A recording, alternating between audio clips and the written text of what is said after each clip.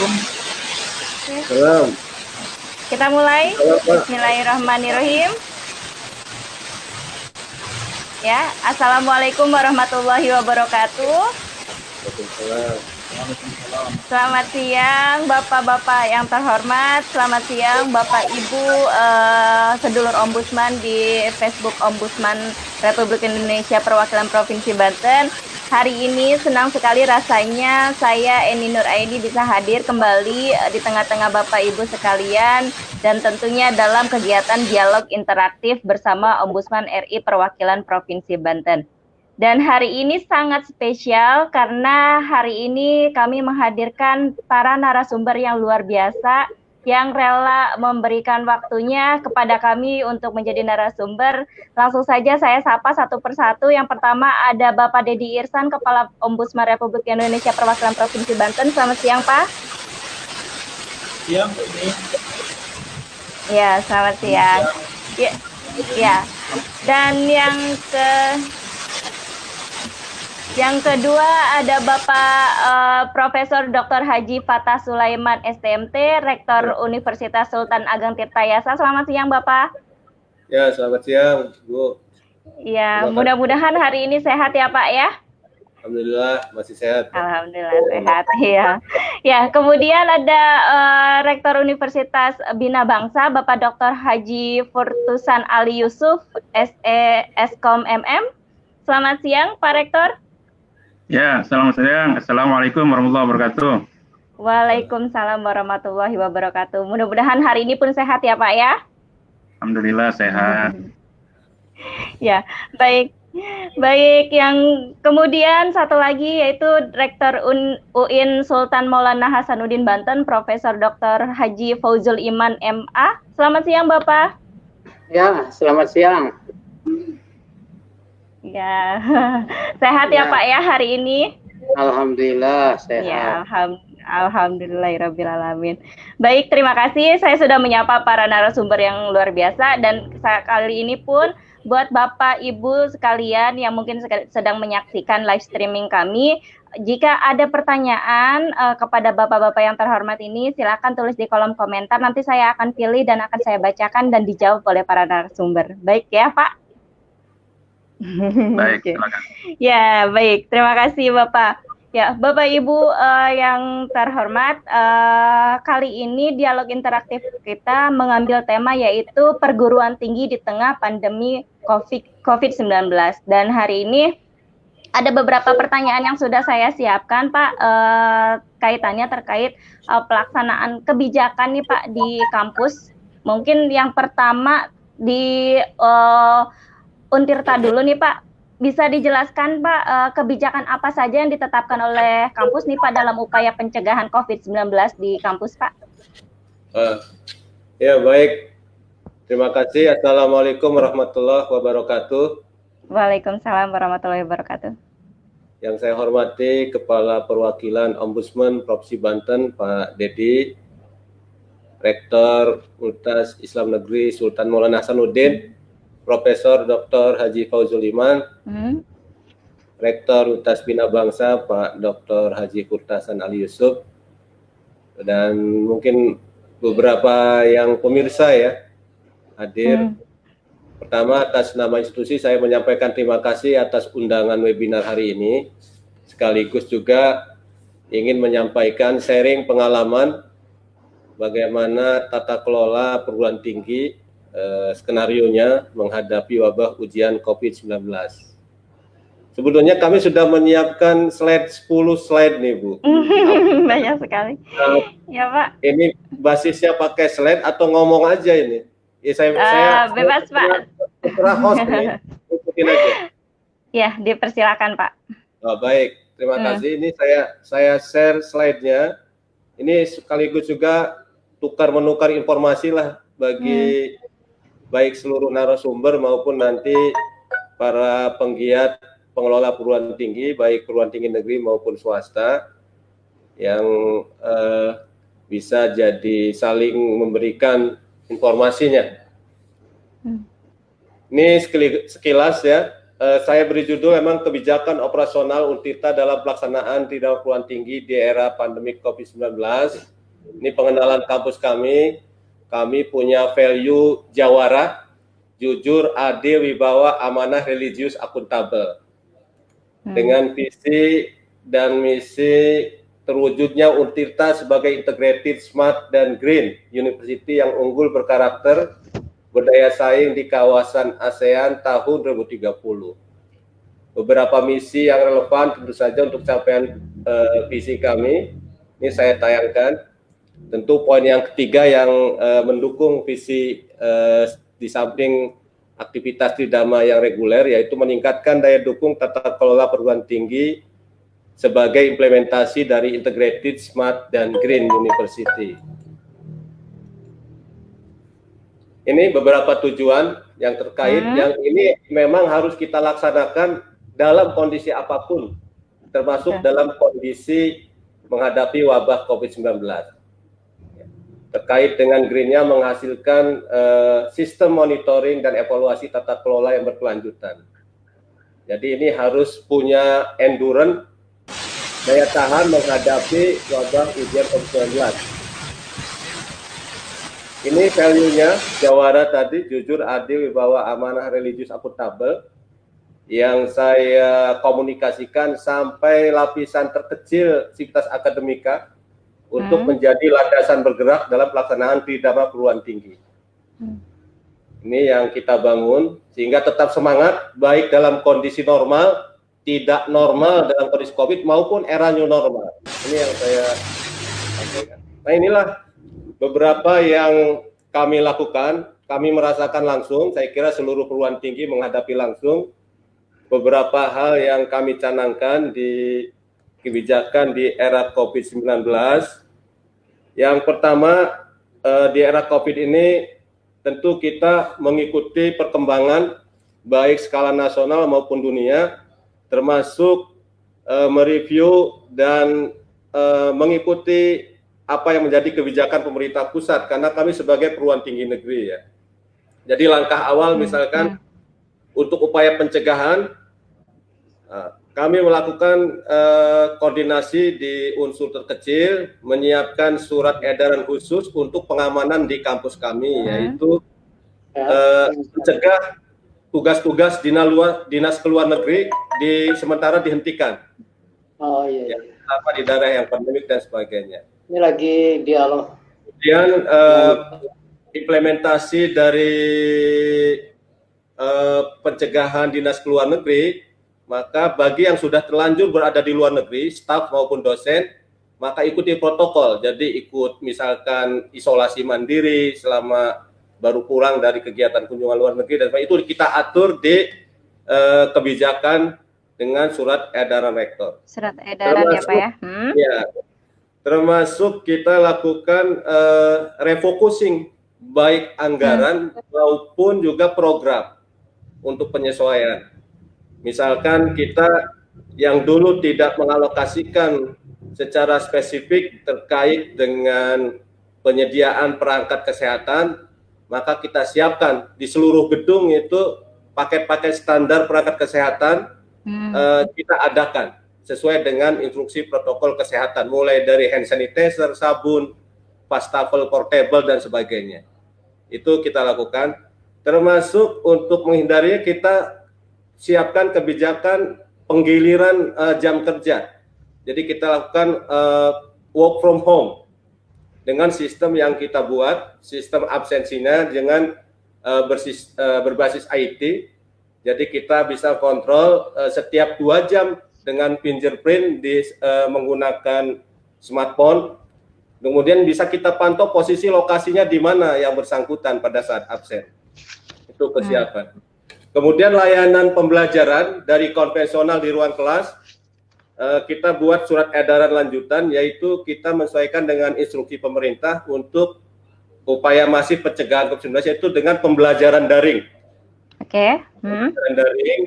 Jadi seluruh perangkat, sistem, kemudian juga pelatihan bagi dosen untuk pemanfaatan daring secara masif kita lakukan, dan alhamdulillah sudah berjalan relatif established ya. Di 3 bulan terakhir pada saat COVID, sehingga kalender akademik tidak terganggu. Jadi pelaksanaan ujian daring, kuliah daring dan sebagainya. Walaupun ada persepsi yang sedikit berbeda dengan versinya mahasiswa. Ya, kalau mahasiswa yang biasanya secara konvensional dilakukan bahwa belajar tuh di ruang kelas. Jadi begitu belajar didaringkan, merasa ada haknya yang kurang terpenuhi. Nah, itu tentu ada diskusi penjelasan. Kemudian untuk penanganan wabahnya sendiri, kebetulan di kami di era-era pertengahan di 3 bulan pertama COVID-19 yang dicanangkan oleh pemerintah, diinformasikan itu ada 1 orang yang diidentifikasi positif. Sehingga prosedur protokol COVID-19 kita ya dalam tanda kutip dianggap dipantau oleh pusat maupun daerah dalam tanda kutip zona merah lah gitu ya, karena ada 1 orang. Ya kita koordinasi sesuai dengan protokol, langsung work from home total semua. Ya termasuk perkuliahan, kecuali rektor yang memantau terkait dengan operasional keuangan dan sebagainya ya. Kita didukung dengan penyiapan rapid test dan PCR koordinasi dengan dinas kesehatan berdasarkan hasil tracking. Itu kita lakukan juga, kita anggarkan juga. Dan alhamdulillah hampir semua yang masuk dalam tracking prioritas 1 maupun tracking prioritas 2 sudah kita lakukan uji dan negatif, ya tinggal sisa 1 itu aja yang positif. Sudah dan alhamdulillah sudah sembuh juga. Informasi terakhir masih diisolasi setelah hampir 40 hari isolasi mandiri dan diobatin. Itu yang kita lakukan. Kemudian beberapa yang layanan tidak perluan tinggi, KKN, pengabdian masyarakat, riset, semuanya daring. Ujian skripsi, ujian tesis, proposal kita daringkan, kita sesuaikan adaptasi. Kemudian absensi pakai juga sistem IT yang bisa mendeteksi real time posisi karyawan. Kemudian juga termasuk pengembangan sistem pembelajaran daring dengan berbagai platform. Di samping Spada yang kita kembangkan sendiri, yang terpusat, terkoneksi dengan Spada pusat, juga platform-platform lainnya, Google Chrome, ya, Google Class, Zoom, Meeting dan sebagainya. Itu untuk penguat, termasuk kita secara intensif kita alokasikan anggaran untuk mengalokasikan pembelian aplikasi-aplikasi lisensinya. Kita lakukan beli Zoom dan sebagainya. Kemudian sekarang kita ikuti terus, prinsipnya kita ikuti kebijakan pusat karena kita sebagai tinggi negeri yang vertikal. Sekarang kita sedang menyiapkan namanya perhitungan ulang UKT, uang kuliah tunggal, yang persepsi mahasiswa dengan persepsi kebijakan masih belum ada titik temu konsepnya. Bagi kami adalah uang kuliah tunggal itu mengacu ke regulasi, karena itu dasar hukum kita untuk menentukan berapa uang kuliah tunggal yang dibebankan ke mahasiswa atau SPP kalau di PTS itu. Ada permennya. Nah, bukan semata-mata ini nggak dipakai. Kalau mahasiswa kan hitungannya nggak dipakai ruang kelasnya, listriknya jadi kurang. Nggak begitu dasar hitungannya. Kalau menurut permen, ini mumpung ada ombudsman ya supaya kalau di PTN itu penentuan UKT itu ada dasar regulasi Permenristek Diktinya tahun 2019, yaitu dasarnya itu berdasar perhitungan beban biaya kuliah tunggal. Beban biaya kuliah tunggal itu dihitung untuk seluruh prodi di seluruh PTN, termasuk yang ada di Untirta. Biaya kuliah tunggal rata-rata prodi di kita itu di angka 9 sampai 12 juta. Itu rata-rata, memang ranknya dari mulai 8 sampai ada yang 17 juta. Itu biaya kuliah tunggal SK menterinya. Kemudian kita hanya boleh menentukan uang kuliah tunggal per semester itu maksimum di 7,5 juta maksimumnya. Paling kecil 500.000. Sehingga kalau dirata-ratakan mahasiswa kita 17.000 itu, beban uang kuliah tunggal mahasiswa kita per semester per orang itu hanya di angka 2,4 sampai 3,5 juta. Yang tertinggi hanya 7,5 juta itu komunitas kecil. Jadi rata-rata 2,4 sampai 3,5 juta. Uang SPP atau UKT yang dibayar mahasiswa. Sementara beban biaya kuliah tunggal rata-rata itu di angka 9 sampai 12 juta. Jadi 9 sampai 12 juta biayanya, bebannya hanya dibayar 2,4 sampai 3,5. Itu negara mensubsidi sekitar 6 sampai 7 juta per orang.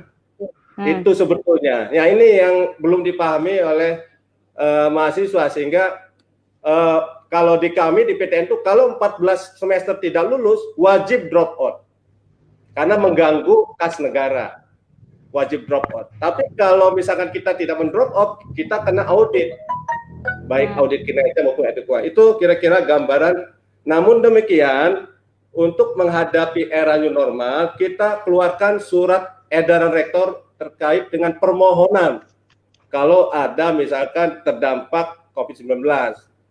Mahasiswa dipersilahkan mengajukan permohonan, udah mulai dari minggu kemarin sampai nanti Juli sebelum perkuliahan. Apakah dia mau menunda UKT, mencicil, atau mendapat pengurangan dan sebagainya, melakukan izin surat permohonan. Itu yang dasar kami untuk kami argumentasikan ke auditor. Kalau kita melakukan action kebijakan mengikuti berdasarkan permohonan-permohonan tadi. Jadi dengan tidak melanggar regulasi. Itulah beberapa hal yang kita lakukan di kebijakan, termasuk kebijakan-kebijakan lain terkait dengan pelaksanaan KKM. KKM kita sudah melaksanakan versi daring. Teman-teman mahasiswa yang berada di desanya masing-masing karena pulang, maka tetap berhak mengambil kesempatan mata kuliah kerja mahasiswa, daftar secara daring, termasuk nanti proses pelaporan maupun monitoring dan evaluasinya.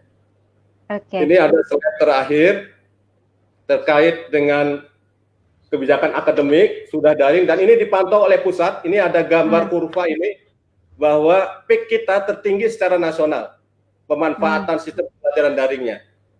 Ya sudah ini mengalahkan universitas besar, mungkin universitas besar memakai plafon yang lain, tapi memakai SPADA yang sebetulnya plafon formal yang diinisiasi oleh kementerian, itu kita sudah memaksimalkan lah SPADA itu.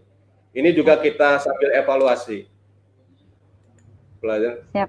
Kemudian pengabdian masyarakat juga kita lakukan dengan refocusing anggaran, baik untuk mahasiswa secara internal maupun untuk masyarakat sekitar kampus, supaya juga ikut berbagi empati. Ini kegiatan-kegiatan akademik juga tidak berkurang selama masa COVID. Seminar-seminar, atmosfer akademik kita jaga, webinar dan sebagainya, baik skala nasional, regional maupun internasional kita lakukan. Jadi adaptasinya tetap berjalan dalam kondisi apapun. Termasuk kewajiban-kewajiban formal, sumpah jabatan PNS, pelantikan pejabat struktural kita lakukan dengan protokol COVID-19, menggabungkan antara fasilitas daring dan fasilitas internal yang tetap dengan menggunakan protokol COVID-19 secara ketat. Jadi itu yang bisa kami sampaikan. Termasuk terakhir kita sedang mendapatkan amanah menjadi pusat pelaksanaan ujian tulis berbasis komputer, seleksi bersama masuk perguruan tinggi negeri secara nasional, Provinsi Banten. Jadi Provinsi Banten kami pusatnya, kami lakukan berdasarkan protokol COVID secara ketat dan kami komunikasikan. Ya mohon doanya mudah-mudahan tanggal 5 sampai 12 Juli nanti semuanya berjalan lancar, protokol COVID tetap digunakan, anak-anak bangsa juga menggunakan haknya untuk berebut PTN, ya, dan tidak terjadi klaster baru COVID-19 gara-gara ikut UTBK gitu ya, karena kita sudah itu yang dikhawatirkan sesuai dengan protokol COVID-19 yang ketat. Saya kira itu sebagai gambaran. Terima kasih, kurang lebihnya mohon maaf. Wassalamualaikum warahmatullahi wabarakatuh. Waalaikumsalam warahmatullahi wabarakatuh. Iya Pak. Ya Pak, izin Pak, jika tadi dijelaskan bahwa hampir semuanya pelayanan itu dilakukan secara daring ya Pak. Kalau menurut pandangan Bapak, apakah efektif Pak? Ya, saya kira di era new normal ini menjadi mainstream penggunaan fasilitas layanan berbasis digital daring. Jadi bukan sesuatu yang luar biasa. Kita harus sudah mulai membiasakan. Artinya juga bukan sesuatu yang tidak bisa dimaksimalkan dari sisi kualitasnya. Tentu kita akan mendapatkan pengayaan-pengayaan supaya learning outcome base-nya dari tujuan pembelajaran semua mata pelajaran kalau berbasis IT juga bisa dimaksimalkan. Itu selalu kita koordinasi dengan berbagai institusi baik dari kementerian maupun tukar-menukar informasi di antara perguruan tinggi negeri yang lain di rekan kami di PTN-PTN di Indonesia. Saya kira ke depan menjadi arus utama salah satu kebiasaan baru di era new normal, yaitu layanan tridharma perguruan tinggi dengan menggunakan revolusi teknologi informasi berbasis daring ini. Oke, baik. Terima kasih Pak Rektor. Ya. Berlanjut ke Rektor Universitas Bina Bangsa nih, Pak. Selamat siang Pak. Pak Kurtusan. Ya, sedikit berbeda Pak. Saya ingin bertanya, apakah menurut Bapak ada nggak sih pengaruh pandemi ini terhadap pelaksanaan perkuliahan di kampus Pak? Baik. Mengingat kalau tidak salah, kalau Bina Bangsa swasta ya termasuknya ya Pak ya? Iya. Iya. Ada dampaknya, Pak? Ya, baik. Saya jelaskan ya. Baik, Assalamualaikum warahmatullahi wabarakatuh. Waalaikumsalam. Ya, Pak Rektor Untirta, Pak Rektor UIN Banten, kemudian Pak Kepala Ombudsman, Pak Dedi yang saya hormati. Alhamdulillah, saya terima kasih ya diundang pada kesempatan hari ini untuk diskusi ya.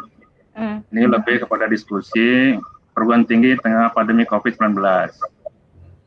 Kita tahu bahwa perguruan tinggi di Indonesia itu dikenal ya bentuk secara umum itu ada dua, ada yang diselenggarakan oleh pemerintah, ada yang diselenggarakan oleh masyarakat. UIN dan Untirta itu yang diselenggarakan oleh negara, nah swasta yang diselenggarakan oleh masyarakat ya salah satunya Uniba ya di Kota Serang. Ada banyak perbedaan ya dari sisi pembiayaan, proses dan yang lain-lainnya. Kalau perguruan tinggi negeri, sebutnya PTN, itu memang semuanya full ya, pembiayaan dilakukan oleh negara. Sementara swasta itu dilakukan ya oleh kita, dari kita, oleh kita, untuk kita.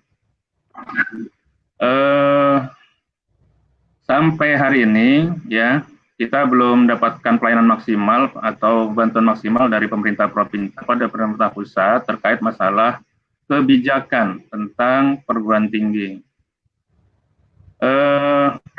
Universitas Bina Bangsa, salah satunya di Banten ini ada sekitar, swasta itu ada sekitar 150-an di Banten. Nah ini, kalau ditanya tentang perguruan tinggi di tengah pandemi COVID, ya, ya ada banyak ya terganggu soal pembelajaran terutama. Kalau soal pelayanan, alhamdulillah kita juga tidak mengurangi, proses belajar mengajar tetap berjalan, pelayanan KKM juga tetap berjalan, pelayanan bimbingan skripsi juga tetap berjalan, kemudian dosen juga melaksanakan tugas sesuai dengan jadwalnya, kemudian tridharma dijalankan oleh dosen juga tetap berjalan, gitu ya.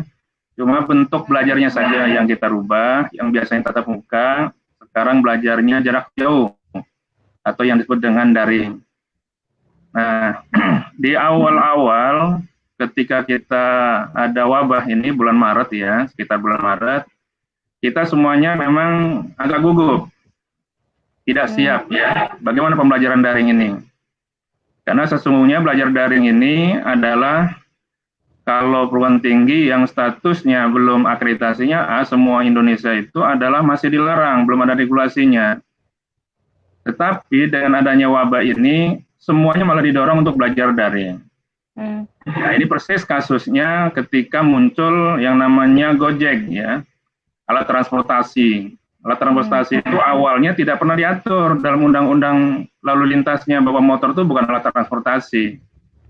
Begitu muncul dari masyarakat, aturan muncul belakangan. Nah, persis seperti ini juga. Jadi pelajaran jarak jauh atau belajar jarak jauh itu sebetulnya adalah belum dapat izin. Kalau dibilang melanggar regulasi, ya kita memang regulasi. Cuma ini sifatnya darurat. Ya kalau saya nyebutnya ya lebih menyelamatkan anak bangsa saja gitu ya, kira-kira gitu. Karena memang ini posisinya kita di tengah jalan. Mau seperti apa? Maka di awal-awal itu kita memang agak grogi, agak bingung. Tinggal kita trial error, coba-coba. Apa yang dilakukan? Ya saya mencoba berbagai fasilitas yang ada. Saya survei ke dosen apa yang paling banyak platform yang dipakai. Ternyata memang beragam. Ada yang menggunakan Google Classroom, Google Meet, ya, ada juga yang Zoom dan lain-lain. Nah itu semuanya awal-awal memang kita agak grogi itu ya. Nah tapi alhamdulillah sekarang sudah terbiasa. Yang sesungguhnya dalam roadmap pemerintah ini, belajar daring ini rencananya akan diterapkan ya kira-kira 2030. Tapi dengan adanya wabah ini malah kita dipaksa. Ya. Mulai duluan. Oke. Ya, oke. Nah, kendalanya pembelajaran daring ini cuma satu. Karena mahasiswa pada pulang kampung, posisinya adalah di gunung-gunung, di tengah lautan, kira-kira itu, yang memang kurang terjangkau dengan jaringan. Nah, persoalannya di situ muncul, yaitu jaringannya nggak bagus. Nah, sehingga mahasiswa, walaupun belajar daring, ya kan harus punya modal yang namanya jaringan atau handphone yang bagus. Nah, kemudian dari sisi pembiayaan, kita berbeda dengan negeri ya. Kalau negeri mungkin ada yang kenal istilahnya UKT, uang kuliah tunggal. Nah, itu adalah sumbernya dari negara, diberikan oleh negara, sumbernya dari masyarakat, dari pajak gitu. Kalau kita enggak, dari masyarakat, oleh masyarakat, untuk masyarakat, kita kembangkan, kita kelola, kita kembangkan, dan seterusnya kayak begitu. Nah, untuk di Uniba sendiri, ya kita tahu lah ya, tarif biaya kuliah di Uniba itu sangat minim sebetulnya, sudah ya, sudah di bawah standar, sudah rendah sekali. Nah, itu adalah sebetulnya visi pribadi saya sebagai pendiri adalah memberikan akses seluas-luasnya kepada masyarakat Banten untuk bisa kuliah di Uniba. Dengan tarif uang kuliah yang sangat minim, sebetulnya terjangkau, dan cara pembayarannya pun dilakukan beberapa kali cicilan. Pertama, mau ngisi KRS, masuk cicilan pertama. Mau kuliah, masuk cicilan kedua. Mau UTS, masuk cicilan ketiga. Mau UAS, masuk cicilan keempat. Nah, berbeda dengan di Untirta atau di UIN, mungkin di pertama awal registrasi mungkin sudah langsung dilunasi. Nah, ini bedanya perencanaannya antara negeri dan swasta. Kalau negeri perencanaannya dari awal sudah matang nih, targetnya sekian, mahasiswanya sekian. Nah, kalau kita bikin rencananya berapa mahasiswa yang sudah kita terima, ya kita bikin rencananya di terakhir. Makanya bingung ketika ada ada kegiatan yang seperti ini, ada pihak gitu ya, ingin penurunan ini kita bingung ya untuk mengertinya. Nah, kalau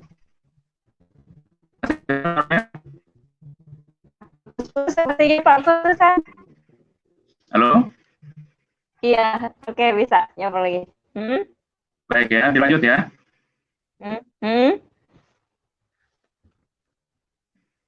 Baik, dilanjut ya. Iya, baik Pak. Baik, dilanjut dulu, masih belum selesai.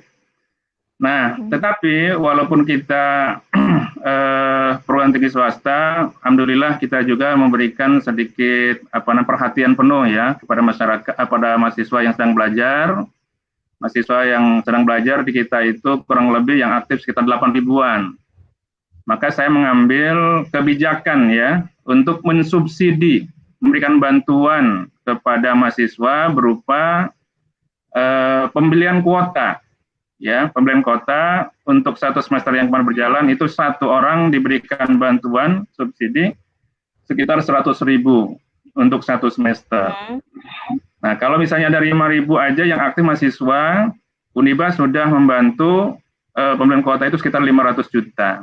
Ini bagi swasta ini sudah luar biasa, cukup besar ya. Dan itu hanya mengganti, sebetulnya komparasinya adalah dengan penggunaan sarana prasarana yang biasa kita pakai adalah listrik, kemudian juga AC, dan fokus gitu ya. Nah itu diganti komparasi dengan itu. Dan alhamdulillah memang masih cukup besar memberikan subsidi daripada untuk operasionalnya. Nah kemudian untuk saat sekarang ini juga memang ini ada dampak juga ya soal pemberian masa baru.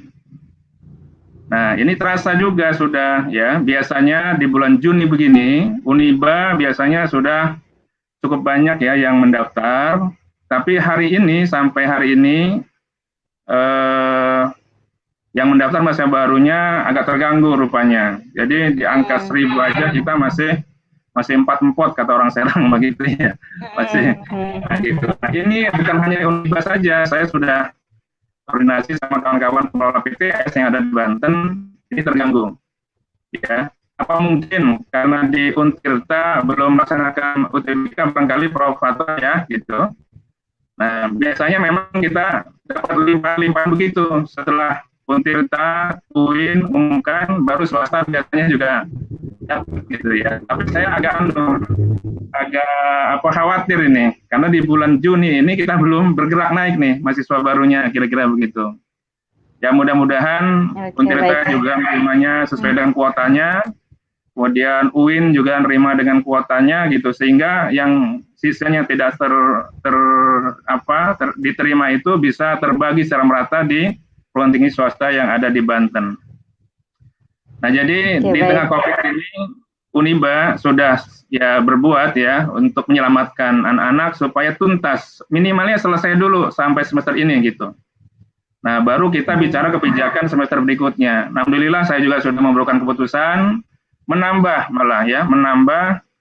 subsidi uang kuota internet, kita tambah dari 100 sekarang per mahasiswa, saya tambah jadi 150.000 untuk semester yang akan datang. Nah ini baru sebatas itu kami kemampuannya, dan kami juga memang dihimbau oleh Kementerian Pendidikan Nasional ya bahwa harus memberikan perhatian pada mahasiswa dan semampu-mampunya. Jadi kebijakannya kalau swasta diserahkan kepada kebijakan masing-masing, dan alhamdulillah kita sudah laksanakan. Dan informasi bagusnya, saya kemarin juga diskusi sama kawan-kawan, ada informasi penting dari kementerian bahwa insya Allah pemerintah pusat akan menggelontorkan dana sekitar 1 triliun. Ya, itu untuk kurang lebih 400.000 mahasiswa swasta. Ini swasta ya, bukan negeri. Nah, jadi akan dibagi kepada seluruh mahasiswa yang sedang ongoing semester 3, semester 5, semester 7 di semester yang akan datang. Nah, teknisnya seperti apa? Memang ini adalah kita akan lihat, tunggu kebijakannya. Untuk mahasiswa yang baru, kita juga alhamdulillah sudah dapat kuota dulu namanya bidik misi. Nah, sekarang namanya KIPKA, Kartu Indonesia Pintar Kuliah, kita sudah dapat kuota ya. Untuk Uniba juga sudah dapat kuotanya.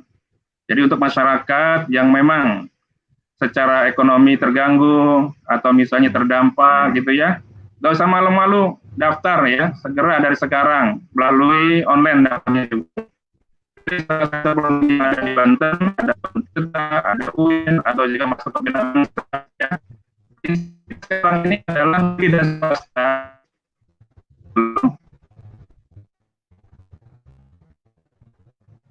Ya, halo. Ya. Oke. Baik. Halo.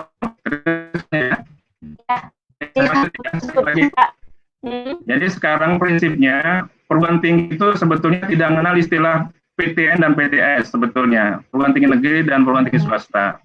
Semuanya sama, kebijakannya standarnya adalah akreditasi.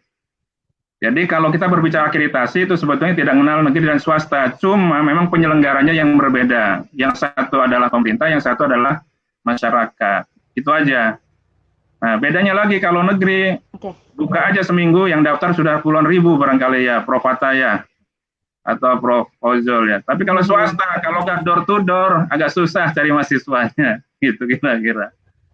Terus anggaran, ya kita ngajukan aja ke pemerintah ya kalau negeri. Kalau kita, ya itu tadi, dananya dari masyarakat, kita olah, kita kembangkan, dan seterusnya. Jadi sebenarnya yang boleh dibilang sudah mandiri sebetulnya yang swasta, udah ada kemandiriannya gitu.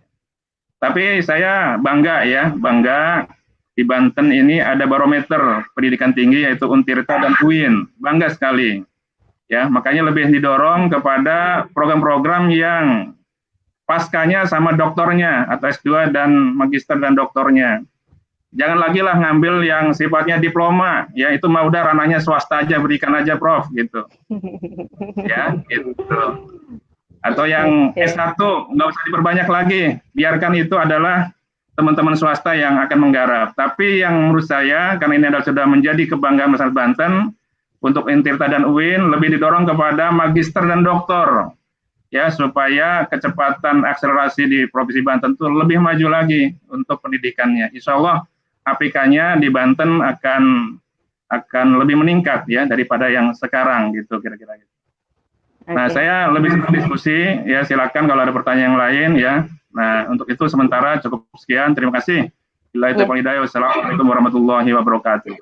Waalaikumsalam warahmatullahi wabarakatuh. Terima kasih Pak Furtusan. Nanti ada pertanyaan lainnya Pak, tapi sebelumnya saya ke... Halo Pak? Oke. Iya Pak. Ya. Pertanyaan lainnya nanti ya Pak ya. Saya mau beralih dulu ke Rektor UIN dulu Pak. Prof. Ya. Fauzul Iman. Ya. Halo Pak. Ya Pak, Ya. mungkin kalau di UIN juga sama ya Pak, pelaksanaan pembelajaran dan lain-lain itu menggunakan daring ya Pak? Iya, Atau bagaimana? Ada kebijakan lain Pak? Ya, saya kira secara umum yang saya jelaskan dulu ya. Situasi COVID ini mungkin pakai slide sebentar. Ya, slide.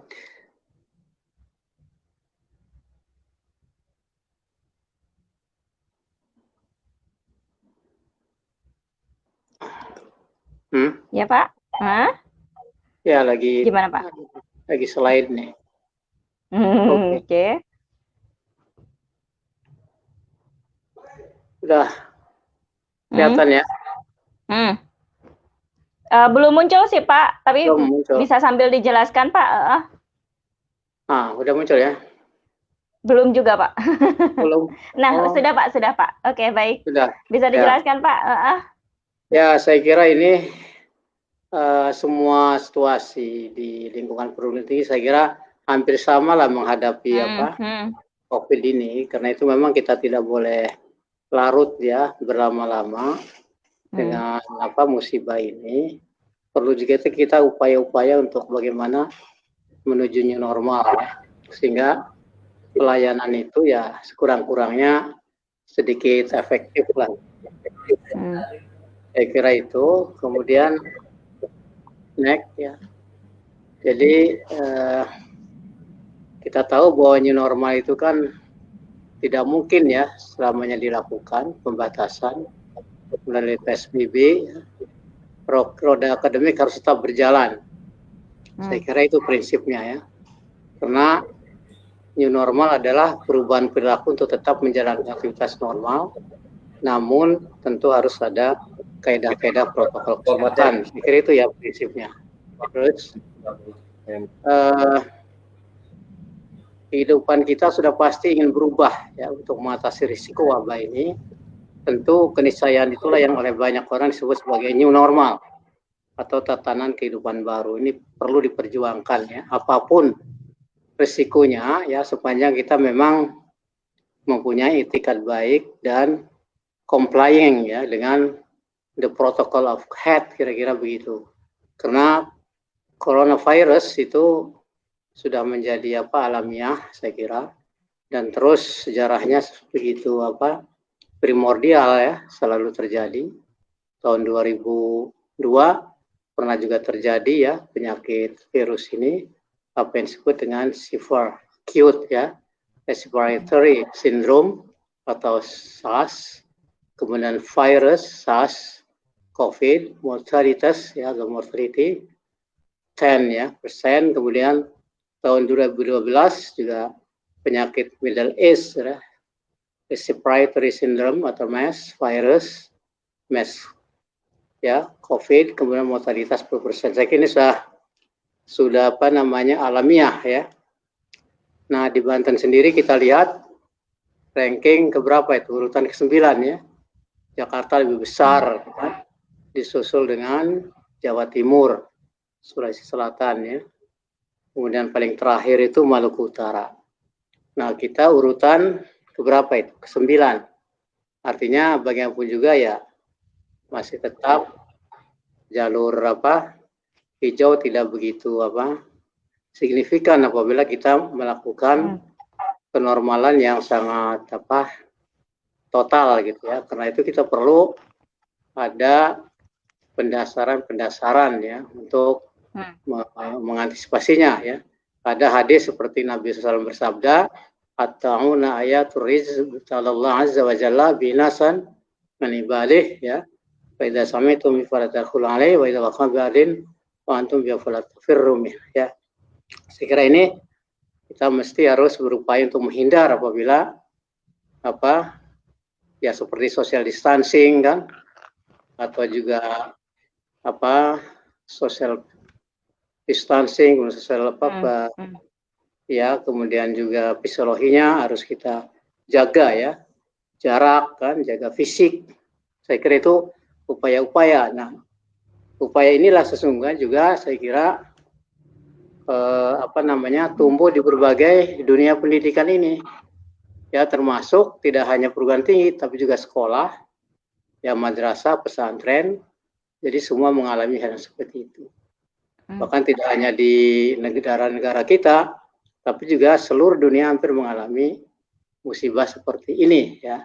Karena itu dengan tidak boleh berlarut kita pada situasi yang apa hanyut pada musibah, kita ada usaha-usaha tentu adalah berdasarkan hadis tadi. Itu perlu ada apa namanya SOP ya di kampus itu tetap dilakukan baik oleh pejabat kampus maupun sekolah untuk memiliki standar operasional prosedurnya dalam rangka pencegahan wabah COVID ya. Ini sesuai dengan apa peraturan keputusan Menteri Kesehatan, termasuk juga apa aspek-aspek hambatan juga perlu kita antisipasi ya. Misalnya guru dosen pengajaran dilakukan dari rumah, work ya for home. Ini tentu berdasarkan juga SK Menpan RB edaran kan. Pengajaran dilakukan dari rumah, work from home. Ada juga yang apa namanya WFO ya, yang karyawannya ada juga yang apa safe gitu. Ada yang kerja di kantor ya, suatu saat kerja di rumah, apa yang bisa di rumah ya di rumah ya. Jadi diantisipasi seperti itu. Walaupun memang ada hambatan-hambatan seperti pengajaran dilakukan di rumah ini ya. Kemudian apa keterlibatan orang tua wali dalam pembelajaran lain sangat besar ya, termasuk di perguruan tinggi. Keberatan orang tua membayar biaya sekolah juga ini memang terdampak ya, terutama bagi yang misalnya ada pilot, ada yang pemecatan dan lain sebagainya lah. Nah karena itu perlu mitigasi ya dari dalam dunia pendidikan ini. Mahasiswa tentu mitigasinya adalah pedoman pembelajaran daring. Ini kita kadang-kadang ini juga membuatnya secara mendadak karena kita tidak tahu kapan ya COVID itu muncul. Maka saya yakin semua perguruan tinggi ini, mungkin bagi perguruan tinggi yang sudah apa kayak Brawijaya atau juga mungkin Untirta ya, atau mungkin juga ITB itu mungkin sudah siap sebelumnya ya. Itu yang namanya IT itu kan di sana mungkin lebih berkembang ya, sehingga semuanya sudah apa stay ya di dalam itu. Nah kita ini ya apa dengan adanya COVID ini ya tentu dengan cara apa namanya dengan cara apa seketika ya Tapi alhamdulillah sebagaimana dijelaskan oleh Pak Kurtasan dan Pak Fatah Soleman, saya kira memang hampir sama seperti itu. Kita tetap melakukan pembelajaran daring lewat aplikasi-aplikasi yang kita miliki. Bisa juga dengan WhatsApp, bisa juga dengan Zoom ya. Di pasca itu kita berulang-ulang dengan Zoom, termasuk juga ujian tesisnya, kemudian juga ujian proposal kita lewat Zoom ya. Jadi e-learningnya itu ada berbanyak macam aplikasi. Nah karena itu kebijakan pihak sekolah ya tinggal memang perlu membuat pedoman daringnya itu ya, walaupun dengan cara yang mendadak. Karena ketika kita belajar di Zoom itu kadang-kadang memang mahasiswa tuh ada yang duduk di warung ya, ada yang duduk di sambil belajar tuh kan di sawah gitu kan. Ini memang perlu kita antisipasi. Ada kadang-kadang kuliah pakai kaos ya, karena lewat Zoom kan. Gitu. Nah karena itu memang pedoman daring harusnya kemudian kita antisipasi dibuat supaya mereka belajar juga disiplin gitu ya. Jangan kemudian belajar lewat HP sambil ongkang-ongkang. Saya kira itu. Kemudian, ini ya pedoman mitigasinya. Lalu ini saya kira inilah gambarannya pelayanan efektif. Tentu perlu ada manajemen risiko yang berorientasi pada perubahan ya. Jadi kita harus lincah sebetulnya menghadapi situasi ini. Namun semua itu ada hikmahnya yang terbaik, karena musibah itu adalah al-bala'ur rahmah ya. Jadi musibah itu membawa rahmat.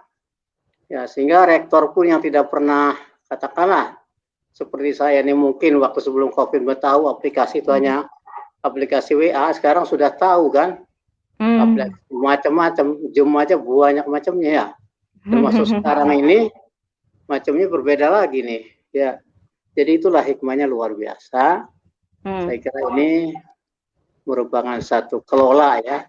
Kelola di sisi lain, kelola fisiologis, kelola pengetahuan, kelola empirisme, kelola insting dan sebagainya lah.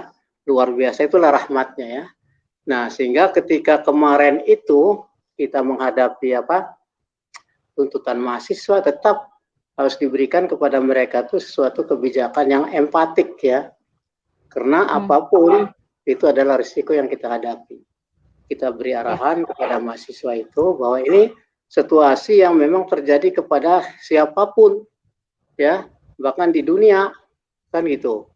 Donald Trump aja yang demikian gagah perkasa ya, begitu negaranya dihantam COVID ya, dengan virus yang kecil aja sudah limbung seperti itu kan, apalagi kita ini. Nah, karena itu saya kira perlu kan penjelasan-penjelasan, pencerahan-pencerahan kepada mahasiswa dengan penuh ramah, harmonis, dan alhamdulillah ya kemarin kita menghadapi demo di hadapan mahasiswa itu ya kita jelaskan ya, mereka ngerti dan paham, kemudian kita lakukan ya satu empati untuk memberikan kuota kepada mereka 15% dan UKT gitu 15% keringanan, dan kemudian kuota ya kepada mereka per orang ya sekian ratus ribu rupiah itu kan.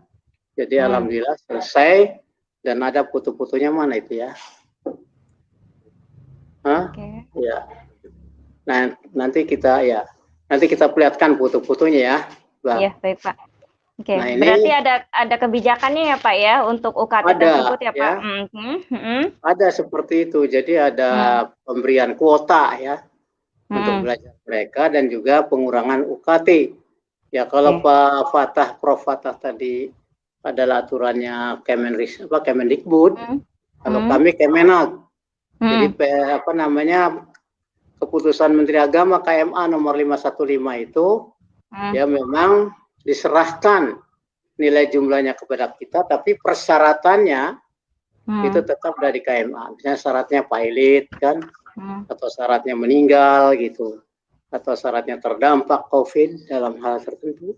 Yang kedua pembayaran perpanjangan waktu ya, itu bisa juga cicilan, ada 3 itu. Namun mahasiswa kelihatannya milih keringanan itu, ya. Keringanan ya. Oke. Tentu Itu ada dilaksanakan syaratnya. di semester. Oh, ada syaratnya ya, Iya. Pak. Iya. Syaratnya sesuai dengan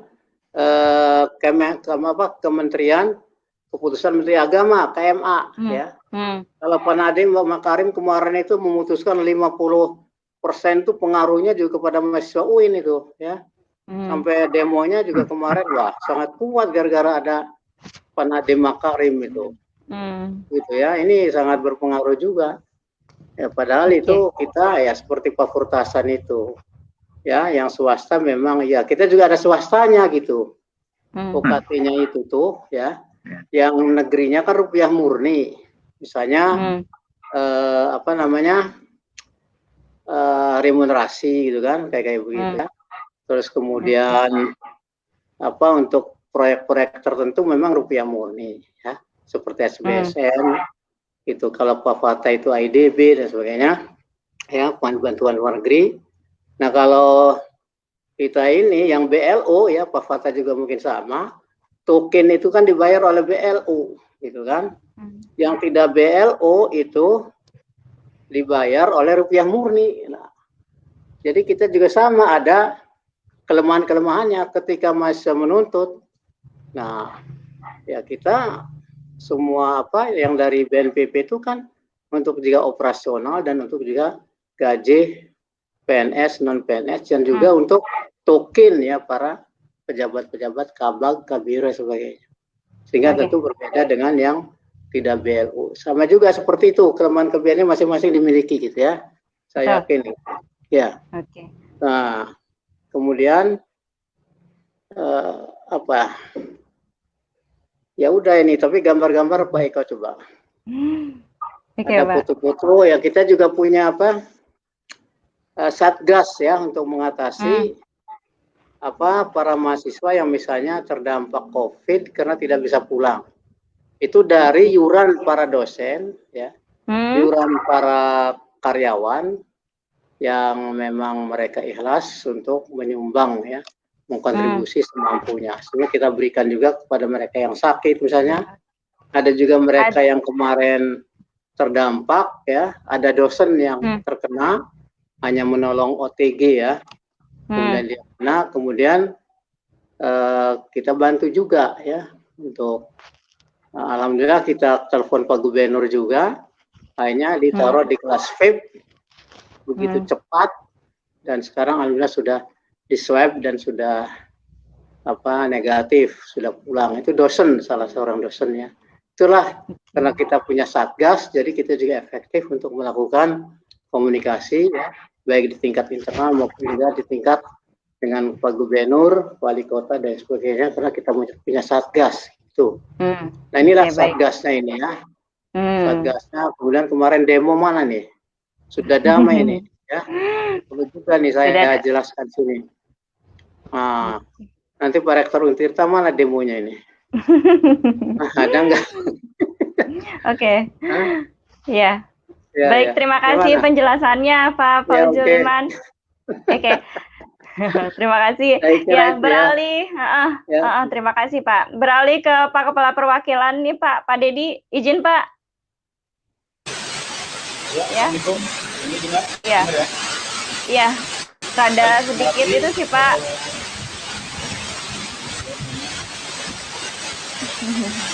Halo Pak. Ya Pak.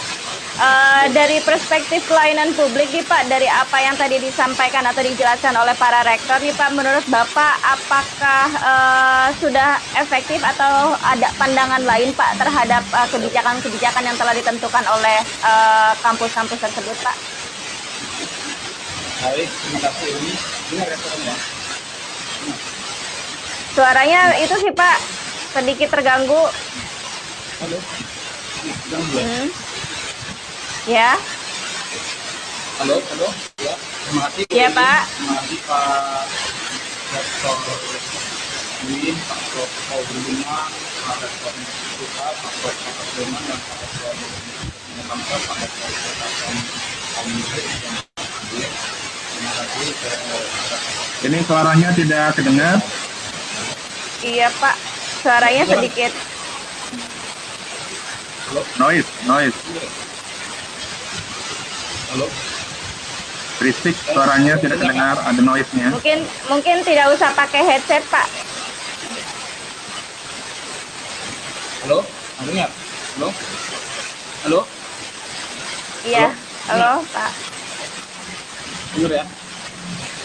Ya baik, terima kasih Pak Rektor yang hadir. Jadi kami dari Ombudsman melihat bahwa memang ya hari ini kita berada pada kondisi yang memang tidak normal biasanya dan kita sudah masuk ke dalam situasi yang normal. Artinya memang seluruh elemen dan sektor itu terdampak, tidak terkecuali perguruan tinggi yang juga terdampak dengan sistem pendidikan saat ini. Dan tadi beberapa dari penjelasan Interupsi, mohon izin, suara tidak terdengar. Bahwa saat ini hingga Ya Pak, halo bulan Pak. ke depan masing-masing perguruan tinggi tetap akan menggunakan sistem pembelajaran secara daring ya. Dengar nggak? Kedengeran? Tidak. Halo, Kedengeran? ini? Tapi iya Pak, tapi suaranya sedikit ada gangguan Pak. Jadi yang terpenting bagi kami adalah bahwa di perguruan tinggi itu kan ada 3 komponen yang ada, yaitu komponen dosen atau tenaga pendidik, lalu mahasiswa dan juga rektorat. Jadi bagaimana ada harmonisasi dan sinergitas antara 3 komponen perguruan tinggi ini dalam menghadapi pandemi COVID-19 ini. Presiden juga sudah mengeluarkan sebuah keputusan bahwa ini disepakati sebagai sebuah bencana nasional alam. Semuanya masyarakat ini merupakan bencana nasional alam dan juga telah dibentuk gugus tugas percepatan penanggulangan COVID-19 di seluruh wilayah yang ada di Republik Indonesia. Tidak terkecuali perguruan tinggi juga yang hendaknya memiliki satgas penanganan COVID-19 ini agar tujuan dari pembelajaran yang dilakukan di tengah pandemi COVID ini tetap dapat berjalan dengan baik sesuai dengan harapan. Dan hingga hari ini memang di Ombudsman Republik Indonesia Perwakilan Banten tidak terlalu banyak atau bisa dikatakan tidak signifikan jumlah pengaduan mahasiswa kepada Ombudsman. Artinya apa? Mungkin ya kita berharap dengan sedikitnya pengaduan yang masuk yang tidak sampai 5 mungkin ya, itu menandakan bahwa proses pembelajaran yang dilakukan di masing-masing perguruan tinggi baik negeri dan swasta yang ada di Provinsi Banten sudah berjalan secara efektif dan efisien. Walaupun kita tahu secara bersama bahwa pembelajaran secara daring ini pasti akan mengalami beberapa kendala, kalau tidak jaringan dan lain sebagainya. Tapi ini adalah situasi yang harus kita hadapi secara bersama, bergandengan tangan, dan tentunya itu tadi kami sangat berharap bahwa 3 komponen perguruan tinggi yang ada, yaitu mahasiswa, dosen, dan rektorat bisa sinergis dan harmonis, karena juga perguruan tinggi tanpa mahasiswa dan ada artinya juga dosen tanpa mahasiswa dan juga mahasiswa tanpa dosen dan perguruan tinggi juga artinya semua harus saling melengkapi antara yang satu dan yang lain. Ya beberapa waktu yang lalu kita memang mendengar ada beberapa soal-soalan terkait EKT ini, mungkin yang kami harapkan bagaimana edukasi kepada mahasiswa itu benar-benar sampai dan dipahami oleh mereka. Dan juga jika memang mereka ada yang beratan dan sebagainya, kami berharap biar kita bisa menanggulanginya atau menyelesaikannya secara musyawarah di internal saja gitu, untuk kesadaran yang baik sehingga mungkin tidak sampai laporan-laporan itu keluar. Mungkin itu dari kami ini dan ya. Baik, terima kasih Pak Dedi. Oke, berarti yang perlu ditekankan adalah bagaimana mensosialisasikan kepada mahasiswa ya Pak ya, kalaupun ada kebijakan-kebijakan terkait UKT tersebut ya Pak. Ya, Oke, baik. Terima kasih Pak Dedi. Nanti saya akan ke Pak Dedi lagi. Untuk sekarang saya ingin bertanya ke Rektor Universitas Sultan Ageng Tirtayasa, Prof. Fatah Sulaiman. Prof. Halo? Halo? Ya, halo. Ya, Iya, siap. Pak. Ya, Prof. Izin bertanya, Prof, untuk saat ini apakah ada upaya Sivitas Akademika, Pak, untuk melakukan kajian atau penelitian untuk membantu pemerintah dalam percepatan penanggulangan COVID di Banten atau di Indonesia, Pak? Oh, iya di kami ada ya secara paralel ya. Kita kan ada anggaran penelitian yang sudah dianggarkan. Jadi untuk tahun ini salah satu topik yang diwajibkan adalah terkait dengan COVID-19. Jadi beberapa skema hibah penelitian di samping yang mandatori dari Islamic Development Bank terkait ketahanan pangan, tapi kita juga atas inisiatif institusi untuk merespon anjuran pemerintah pusat, maka salah satu skema hibah penelitian untuk riset dan pengabdian masyarakat adalah terkait dengan COVID-19. Itu kita lakukan. Beberapa memang seperti kemarin sudah sebagian diseminarkan ya, webinar terkait dengan inovasi pangan lokal untuk penguatan nutrisi sebagai juga pencegah COVID-19. Itu kerjasama Fakultas Kedokteran dengan Pusat Unggulan Ketahanan Pangan. 2 hari yang lalu kalau nggak salah diwebinarkan sudah hasilnya. Itu ada beberapa. Sekarang pun berjalan beberapa kegiatan dari berbagai disiplin ilmu ya di berbagai fakultas, riset-riset yang temanya ke arah ke COVID-19. Oke. Saya kira itu ya. Oke.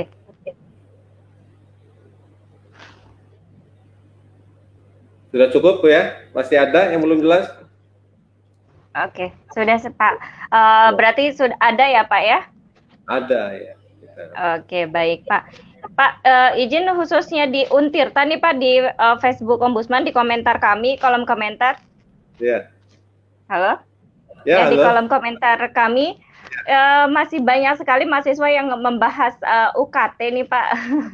Mungkin bisa dikaitkan dengan apa yang tadi disampaikan oleh Pak Dedi ya Pak, bahwa mungkin sosialisasinya dianggap kurang atau butuh upaya sosialisasi yang lebih keras lagi gitu Pak.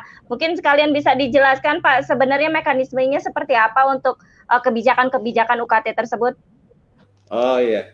Jadi UKT ini kalau di kalangan mahasiswa sih di era COVID ini jadi momentum ya untuk seolah-olah salah satu pemicu untuk melakukan gerakan-gerakan.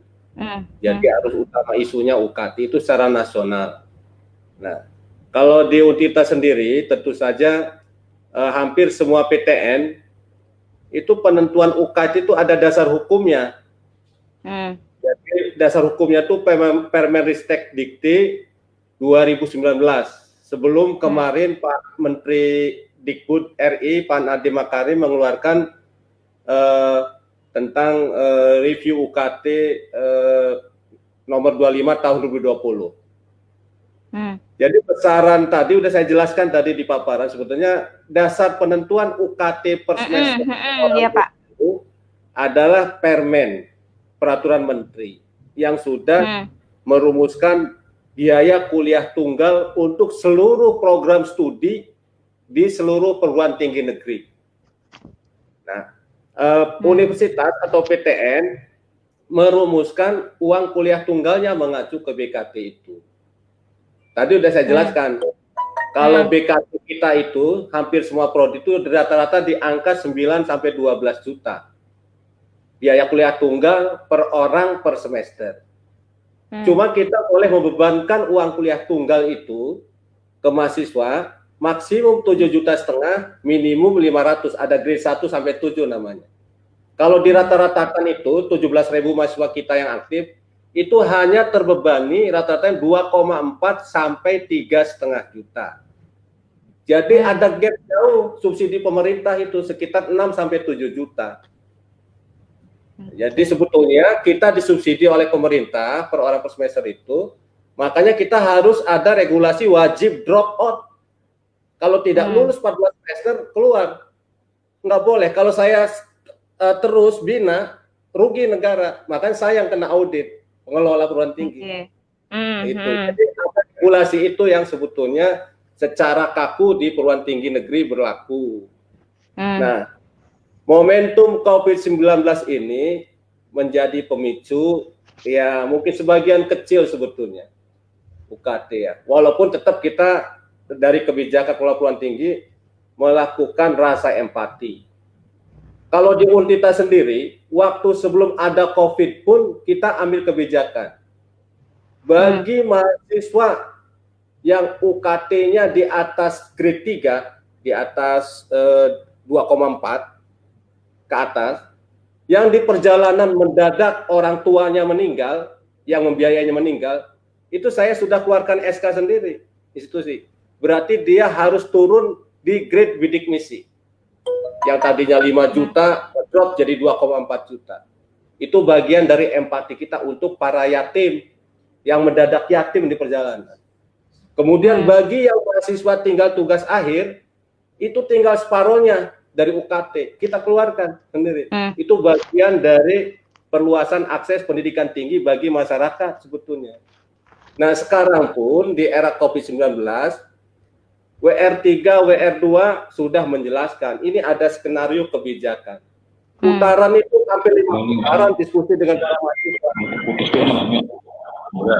Mahasiswa sudah 5 putaran. Termasuk dengan saya pribadi juga aktivisnya diskusi. Termasuk difasilitasi gubernur, rektor Unsera juga datang, rektor Unisba juga datang. Nggak ada titik temu. Ini versi keinginan mahasiswa. Yang ini kalau PTN versi regulasi. Siapa yang mau ngambil resiko? Kalau misalkan PTN termasuk UIN mau melanggar regulasi, kena audit dia. Saya kena audit, maka skema empati di era COVID itu pakai surat edaran berbasis permohonan.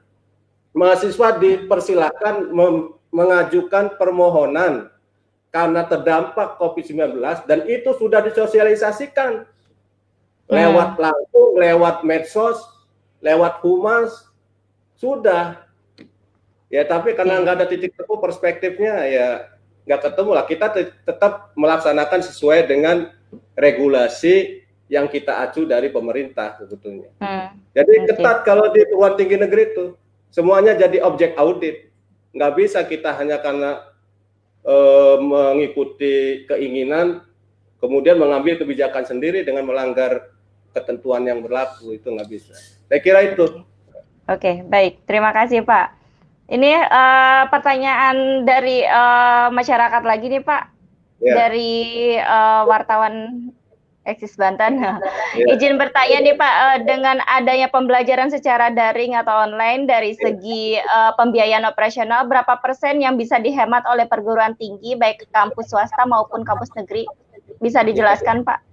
Ya, walaupun belum dilakukan riset secara khusus spesifik ya, yang jelas kita melakukan investasi tambahan, infrastruktur jaringan, infrastruktur aplikasi, ya, kemudian juga penguatan pelatihan-pelatihan, ya. Tapi nanti akan kita hitung, kan. Artinya bukan berarti otomatis mengalih ke konvensional langsung daring, berarti kita untung besar, tidak begitu. Penilaian ini kan penilaian orang awam sekilas dari kulit seperti itu, sehingga tuntutannya salah satu dasarnya itu. Nah itu sebetulnya perspektif yang berbeda dari ketidak bertemunya keinginan itu dengan apa yang dilakukan di lapangan. Kita investasi besar, ya, aplikasi Zoom, tambah juga kekuatan bandwidth, jaringan dan sebagainya, termasuk juga aplikasi-aplikasi lisensi yang harus kita beli, ya. Kita Zoom kalau pakai yang gratisan nggak cukup untuk bisa mengakomodir 100 orang. Waktu nggak bisa dipakai sampai 2 jam, 3 jam. Kan dibatasi kalau yang gratisan. Maka untuk layanan kekuatan itu kita investasi. Jadi ada juga pengeluaran alokasi anggaran. Nanti persisnya akan kita hitung di semester ini. Oke, Tapi untuk saat ini belum ada ya Pak ya perhitungannya ya? Ya, secara perhitungan. Artinya juga jangan sampai menyederhanakan. Iya Pak. Dari itu langsung otomatis biayanya murah, nggak bisa. Kita butuh investasi infrastruktur yang lain, sama ya. Oke, baik. Terima kasih Pak. Ini pertanyaan juga dari Ega Febriansyah nih Pak, mungkin mahasiswa Untirta juga yang ingin memastikan kalau pembelajaran daring itu dilaksanakan sampai kapan ya Pak kira-kira? Ya, sesuai dengan instruksi Menteri Dikbud, kita ke depan semester depan masih wajib daring kalau perguruan tinggi negeri ya. Oke, jadi sampai kita semester depan. Ya, sudah keluar edaran dan kesepakatan bersama 4 menterinya juga sudah. Ya kita lihat mudah-mudahan COVID-19 segera berlalu ya. Kita bisa beradaptasi lagi dengan mungkin memang ada semacam culture shock ya. Yang biasa belajar di ruang kelas ngobrol ya bisa tanpa jarak, sekarang harus berjarak, sekarang tidak di ruang kelas, memang butuh waktu adaptasinya saya kira. Tapi yang penting perguruan tinggi negeri ada aturan main yang menjadi referensi, terutama kaidah-kaidah yang ditentukan oleh pemerintah. Kita kan vertikal hubungannya, jadi kalau kata pemerintah A kita gitu, ya. Saya kira itu ya. Oke, siap Pak. Berarti sampai semester depan masih daring ya Pak ya dilaksanakan. Daring, ya. Oke, baik. Terima kasih Pak Prof. Kemudian Pak Furtusan. Halo Pak. Ya, hadir. Iya Pak. Ya Pak, izin Pak, setelah masa PSBB ini sekarang kita menjelang era AKB ya Pak, atau adaptasi kebiasaan baru nih. Kalau menurut Bapak Pak, apakah masyarakat mungkin di lingkungan kampus Bapak sendiri, bagaimana sudah siap atau belum gitu Pak? Dan bagaimana mempersiapkan diri di lingkungan menyambut AKB tersebut Pak? Ya. Ya sama sih, kebijakan kita juga tidak lepas dari kebijakan dari Kemendikbud ya. Karena PTS saya atau kami ini ada di bawah Kemendikbud. Kan ada juga yang UIN ada di bawah Kemenag ya. Jadi prinsipnya kita sudah dapat arahan baik dari Kemendikbud langsung maupun dari Kepala Layanan Pendidikan Tinggi LLDK Wilayah 4 Jawa Barat dan Banten. Sampai ya hari ini kita memang masih dilarang untuk pelayanan-pelayanan yang ada di kampus secara langsung. Nah, kita juga sempat ya work from home ya, itu sekitar 10 hari, tetapi evaluasi kita memang tidak efektif ya bekerja dari rumah itu. Nah, kemudian kita evaluasi, tapi sekarang kita tetap bekerja tapi menggunakan protokol ya, pakai masker, udah cuci tangan, kemudian hand sanitizer, masuk juga dicek suhunya dan lain-lain. Alhamdulillah ya, sampai sekarang mudah-mudahan dan seterusnya tidak ada kejadian apa-apa. Nah, untuk persiapan ke depan, tetap kita juga persiapkan ya dua langkah ya. Langkah pertama, seandainya ada informasi atau ada arahan bisa langsung ya belajar normal kembali, kita sudah siap. Nah, kemudian juga kalau misalnya ada skenario kedua, kalau memang masih daring, alhamdulillah ya dengan belajar yang kasus ini kita bisa berbenah ya, kita menyiapkan diri. Nah, yang perlu diperhatikan ini dalam konteks pembelajaran daring itu cuma satu, yaitu adalah infrastrukturnya ya, infrastruktur yang ada di kampus itu yang sedang kita benahi. Makanya kemarin kita juga komunikasi dengan pihak Telkomsel, dengan pihak Telkom, kita sudah komunikasi, mudah-mudahan ada kebijakan dengan harga yang bisa terjangkau. Kemudian juga yang paling penting adalah kan dalam belajar daring itu kan dua pihak ya, ada pihak kampus dengan pihak mahasiswa. Nah, pihak mahasiswa inilah yang kadang-kadang kita tidak terdeteksi ada posisinya di mana, ada jaring atau tidak. Tapi kita sudah dapat penjelasan, memang tidak 100% di Banten ini juga spot-spot daripada internet itu tidak merata ya. Saya sudah diskusi sama Telkom, itu sudah ya. Pada akhirnya adalah kita melihat kesiapan kita yang ada sekarang ini adalah secara maksimal sudah kita siapkan di kampusnya ya. Nah, tinggal bagaimana kita mengimplementasikan aja ya. Tapi secara pelayanan insya Allah kita tidak akan berkurang ya. Semua kegiatan kita tetap layani dengan baik. Ya, cuma satu itu aja perbedaannya belajar yang secara langsung yang masih dilarang. Tapi kemarin kan kita sudah ada kebijakan dari Pak Menteri ya, bahwa untuk kategori daerah-daerah yang masih sudah hijau, sebenarnya sudah boleh ya untuk belajar langsung kalau itu syaratnya dipenuhi. Ya, misalnya ada protokolnya diterapkan secara ketat, ya kan? Kemudian juga pemerintah daerah mengizinkan, itu boleh. Itu kalau daerahnya sudah hijau. Nah, sementara di Serang, Banten ini masih kategori oranye ya. Jadi sehingga ini masih belum bisa kita kategori ke hijau. Nah, itu artinya kita siap-siap saja ya menyambut kondisi yang seperti ini berlanjut sampai semester yang akan datang. Sementara kan semester yang akan datang kita akan mulai nanti 1 Agustus ya, kita sudah mulai berjalan gitu. Tapi secara persiapan, perencanaan, penjadwalan dan lain-lain kita sudah siap semuanya. Ya, bagi mahasiswa yang belum mendaftar pun segera, saya kira, karena ini adalah sudah mulai perencanaan pembelajaran di semester yang akan datang. Nah, mudah-mudahan kita semuanya yang berdoa ya bahwa wabah COVID ini segera berlalu lah sehingga kita bisa berjalan pembelajaran dengan normal kembali. Oke, baik. Terima kasih Pak Furtusan. Jadi kalau dari pihak kampus sendiri sudah siap ya Pak ya menghadapinya ya Pak ya? Ya, insya Allah sudah dari siap dengan dua skenario ya. Dengan 2 skenario itu tadi. Ya. Siap Pak. Terima kasih Pak.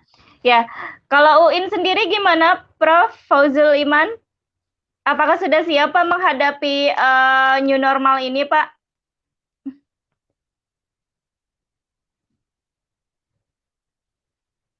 Halo Prof. Oh iya, saya kira bertahap ya, sesuai dengan situasi perubahan yang terjadi. Sebagaimana tadi dikatakan Prof. Kuata itu kan sudah ada kebijakan bersama ya antara Menteri Agama, Kemendikbud ya dan PMK, kemudian juga Kapolri ya. Saya kira ini perlu bertahap ya. Sebagaimana tadi saya katakan tidak harus terikat ya dengan situasi COVID ini secara kaku, tapi juga kita perlu ada perubahan-perubahan sesuai dengan situasi itu ya. Kapan saatnya kita normal secara bebas, kapan saatnya juga kita harus berhadapan dengan protokol kesehatan itu, saya kira ya. Itu Pak. Iya. Apalagi pertanyaannya Mbak? Ya itu intinya. Ya Pak, saya bertanya terkait kesiapan dari kampus sendiri Pak. Apakah sama seperti di Uniba sendiri Pak, ada skenario sendiri gitu Pak? Oh ada ya, sudah kita dengan lembaga jaminan mutu. Misalnya bulan apa kita harus melakukan pembukaan ya secara terbuka gitu. Kemudian di situasi apa itu sudah ada ya. Ada kita sudah ada roadmap-nya ya, roadmap-nya sudah ada. Tinggal nanti kita lihatlah situasinya saya kira. Tidak juga kita kemudian mentang-mentang normal lalu ya dengan tanpa lagi ada peraturan-peraturan, itu nanti kan dikhawatirkan akan bahayanya semakin tinggi ya yang terdampak COVID itu. Yang jelas kami semua ingin kerjasama dengan baik, tunjukkan empati dengan semua pihak, tidak boleh sombong kan, dengan mahasiswa juga kita harus harmoni ya, melakukan sebagaimana kemarin, kita juga menghadapi demo dengan demo yang demikian tertib, teratur, mahasiswa harmoni gitu ya, dan sopan-sopan ya kami bangun dengan mahasiswa yang kami miliki. Baik. Ya. Siapa? Ya. Ya Pak. Apakah sama Pak dengan Untirta Pak, sistem daring pembelajaran daring ini dilakukan sampai semester depan juga Pak ya? Ya, iya seperti itu kelihatannya masih ya, karena wisuda pun wisuda akan kami lakukan daring ya, daring. Ya. Jadi ya situasi lah nanti yang memungkinkan kita buka ya. Ada pepatah mengatakan kan the simplicity is the ultimate ya of sophistication ya, bahwa penyederhanaan itu adalah sesuatu tujuan pamungkas gitu ya. Jadi kita memang tidak bolehlah melakukan sesuatu yang sesungguhnya belum siap secara matang, kemudian kita tidak melakukan sofistikasi yang baik. Itu juga membuat kita celaka ya. Jadi ada force major-nya saya kira. Ajaran agama juga sangat mengakomodir ya situasi itu. Ada hal yang disebut dengan hifdzun nasl kan, membuka hifdzun nasl yang menjaga kondisi fisik kita juga, hifdzun nafas, menjaga ya jiwa juga, kemudian juga hifdzun akal ya. Hifdzun akal itu kan juga harus menjaga otak ya. Otak kita jangan hampa, jangan tidak cerdas, juga harus peka merespon ya. Bahkan hifdzul akal itu maknanya kan juga riset di tengah-tengah empiris ya. Kami juga ada misalnya kan, kalau sebelum COVID itu kan memang sudah dikeluarkan dana-dana penelitian itu. Tapi karena waktu itu belum COVID, sehingga dana penelitiannya diarahkan kepada masalah-masalah yang waktu itu aktualnya ya seperti itu. Ya. Nah sekarang ini kita juga BOPTN-nya itu ya di refocusing ya oleh negara. Sekian miliar kita direfocusing dan diambil oleh pemerintah pusat gitu. Sehingga untuk penelitian itu juga kelihatan masih direfocusing gitu ya oleh pusat, pemerintah pusat. Jadi kami tetaplah terbuka, tidak akan menutupi gitu ya dengan siapapun. Karena kami khawatir kalau terbuka, kalau tertutup kapanpun akan ketahuan ya. Jadi seperti Pak Fatah Soleman tadi, semua yang kita lahirkan itu berdasarkan aturan, ya. Kalau kita macam-macam menggunakan anggaran, tentu nanti akan diaudit. Ya ada tadi Permenag atau KMA gitu kan, itu memang menjadi menjadi kita harus patuh kepada regulasi itu. Dan memang Kemenak begitu tuh karena situasi di UIN, Setain ya, PTKN itu berbeda-beda Mbak. Ada misalnya UIN Jakarta itu punya BLU-nya maju. Ada misalnya rumah sakit ya, ada misalnya hotel-hotel kan. Ya, apalagi juga yang Bariwijaya dan lain sebagainya. Di PTKN sendiri berbeda-beda. Mungkin ada yang kuat 20%, mungkin ada yang kuat 10%, mungkin ada yang kuat 15%. Jadi berbeda-beda antara BLU dan Satker Biasa itu berbeda. Saya kira itu. Baik, terima kasih penjelasannya Pak Fauzul Iman. Ya, ke Untirta lagi, Prof. Prof. Fatah Sulaiman, izin Prof. Ya, Prof. Ini mungkin pertanyaan terakhir dari saya, Pak, untuk semua narasumber. Ini mengingat kurva COVID belum landai ya, Pak, masih tetap tinggi nih. Apa saja nih, Pak, yang bisa yang menjadi saran atau pesan bagi mahasiswa khususnya atau masyarakat secara umum, Pak, agar dapat menekan gitu angka penyebaran dari COVID-19 ini, Pak? Ya, pertama tetap jaga kesehatan ya, patuhi protokol pencegahan COVID-19. Kebiasaan baru ini harus sudah mulai membudaya. Sebenarnya ini perintah agama sih, untuk menjaga kebersihan, cuci tangan ya, kemudian pakai masker, kemudian menjaga jarak sosial, itu tetap masih berlaku selama COVID. Dan terakhir ya jangan panik, ya hadapi dengan optimisme tetap ya.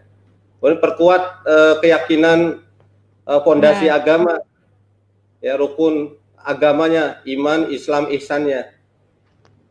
Jadi iman itu kita harus yakin bahwa kita ada yang maha mengatur segalanya. Kemudian Islamnya laksanakan seluruh syariat ya, perintah agama baik ibadah personal maupun ibadah sosialnya.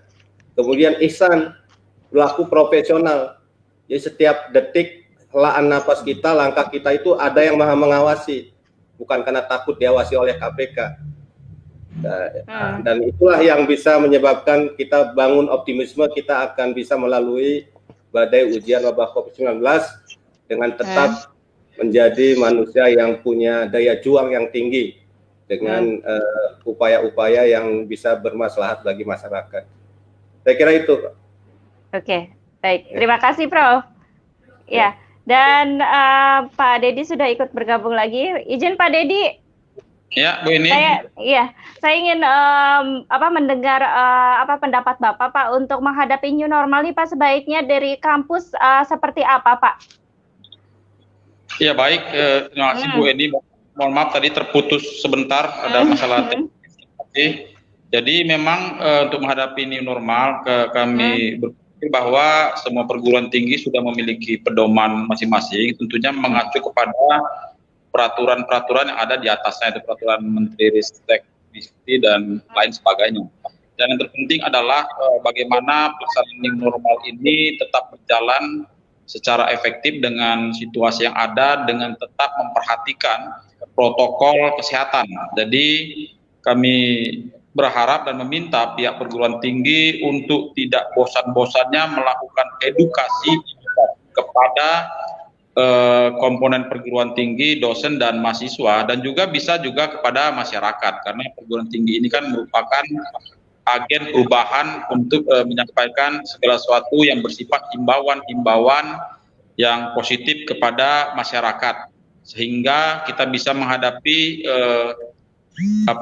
proses belajar mengajar di perguruan tinggi dengan baik dan lancar. Dan sudah dikatakan juga oleh pembicara-pembicara sebelumnya bahwa ya memang saat ini kita beralih kepada sistem pembelajaran daring semua, dan memang semua kebijakan-kebijakan atau banyak keputusan yang sudah diterbitkan bahwa memang ke depan kita akan terus menggunakan sistem online, dan ini sudah kita dimulai bahwa orang aja ujian nasional itu di tingkat SMP, baru tingkat atas dan perguruan tinggi sudah menggunakan ujian nasional berbasis komputer, dan juga sekarang di SD. Artinya apa? Artinya sebenarnya kita tinggal melakukan penyesuaian dan juga pembenahan sarana dan prasarana untuk menuju itu, karena memang penggunaan pembelajaran secara daring ini sarana prasarananya harus juga bagus, ya itu juga tadi jaringan internet dan lain sebagainya, karena kalau itu ada kendala itu bisa menjadi persoalan kami pikir. Mungkin itu, dan ya itu tadi kita sampaikan bahwa Ombudsman RI Perwakilan Banten tidak banyak menerima aduan terkait pelayanan yang diberikan oleh perguruan tinggi. Ya kita berharap bahwa aduan yang sedikit itu berbanding lurus dengan pelayanan yang diberikan oleh pendidikan atau perguruan tinggi yang ada di Banten. Artinya mungkin pendidikan tinggi tersebut sudah berjalan secara baik. Tapi memang kita juga Ombudsman membuka posko daring pengaduan COVID-19 yang sebagian besar laporan tersebut terkait bansos, Bapak Ibu semua, dan Banten sudah menerima lebih dari 210 laporan hingga saat ini. Jadi yang terbesar dan tertinggi se-Indonesia itu laporan yang diterima oleh Ombudsman RI Perwakilan Banten. Dan itu dia mungkin yang bisa kami sampaikan. Terima kasih Bu Eni, Pak Rektor Untirta, Prof. Fatah Sulaiman, Pak Rektor UIN, Prof. Fauzuliman, dan Pak Rektor Universitas Bina Bangsa, Pak Dr. Kurtasan Ali Yusuf. Terima kasih. Assalamualaikum warahmatullahi wabarakatuh. Waalaikumsalam warahmatullahi wabarakatuh. Ya, terima kasih Pak Dedi. Ya, sebelum saya tutup nih Pak, saya ingin juga closing statement dari bapak-bapak yang terhormat. Tadi dari Prof. Fatah Sulaiman sudah, dan sekarang dari Prof. Universitas Bina Bangsa, Pak, bisa disampaikan. Profesor Kurtasan. Amin. Ya. Saya belum prof ya. Bisa disampaikan Pak untuk closing statement-nya Pak. Baik ya. Ini anggap satu musibah besar ya bagi kita semuanya, bangsa Indonesia dan dunia. Dan ini kondisinya darurat. Sebetulnya kalau kondisi darurat itu ya apapun biasanya termasuk makanan yang haram jadi halal, kan kira-kira begitu. Nah, harapannya ke depan adalah bahwa dengan kondisi COVID begini, ini harus ada secepatnya regulasi-regulasi baru dari pemerintah, terutama dari kementerian, yang mengatur pembelajaran daring ini. Karena terang aja ini jalan kita di jalan sendiri-sendiri nih sekarang ini, sebisa-bisanya. Tadi ada yang pakai WA mungkin, ada yang pakai Google Meet, ada yang pakai daring, yang lain-lain gitu. Jadi semuanya itu platformnya disesuaikan dengan kemampuan masing-masing.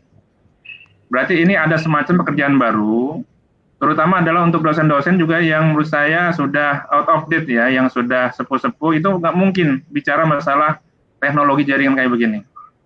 Nah, berarti ini harus ada program dari pemerintah juga yang misalnya mengadakan pelatihan tentang pembelajaran daring seperti apa. Tetapi memang ini sudah disadari ya, dan ini harus kita antisipasi bersama. Insya Allah kita semuanya bisa adaptasi, bisa mengikuti. Nah, mudah-mudahan ya, dengan kondisi seperti ini memang pemicu dan memacu untuk suatu kebiasaan baru, terutama untuk pelajaran daring. Nah, kemudian ke depan kita nggak perlu lagi tuh namanya membangun kampus gedung yang tinggi gitu ya, yang banyak. Nanti kita cukup ya belajar seperti ini aja, kita dosennya di kampus sendiri atau di rumah, mahasiswanya 100 di mana-mana kira-kira gitu. Jadi itu menghemat infrastruktur juga gedung ya.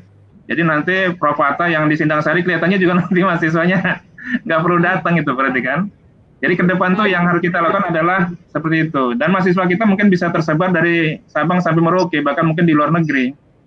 Ya, tiba-tiba mahasiswa wisuda aja ketemu kira-kira kayak belajar di universitas terbuka gitu kira-kira.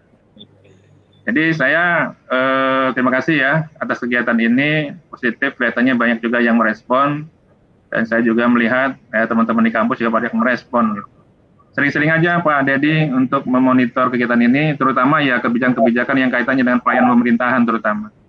Karena memang kita juga harus bisa menjalankan ini dengan standar-standar yang sudah ditentukan. Itu aja. Terima kasih. Assalamualaikum warahmatullahi wabarakatuh. Iya. Waalaikumsalam. Ya, terima kasih Pak Rektor Universitas Bina Bangsa. Ya, terakhir mungkin dari Rektor UIN SMH, Prof. Fauzul Iman, silakan Pak disampaikan closing statement-nya Pak. Oh ya, terima kasih. Jadi ini bagaimanapun juga situasi baru ya, yang sangat berharga. Di tengah musibah ini muncul persoalan-persoalan baru yang harus diantisipasi secara gesit ya oleh kita.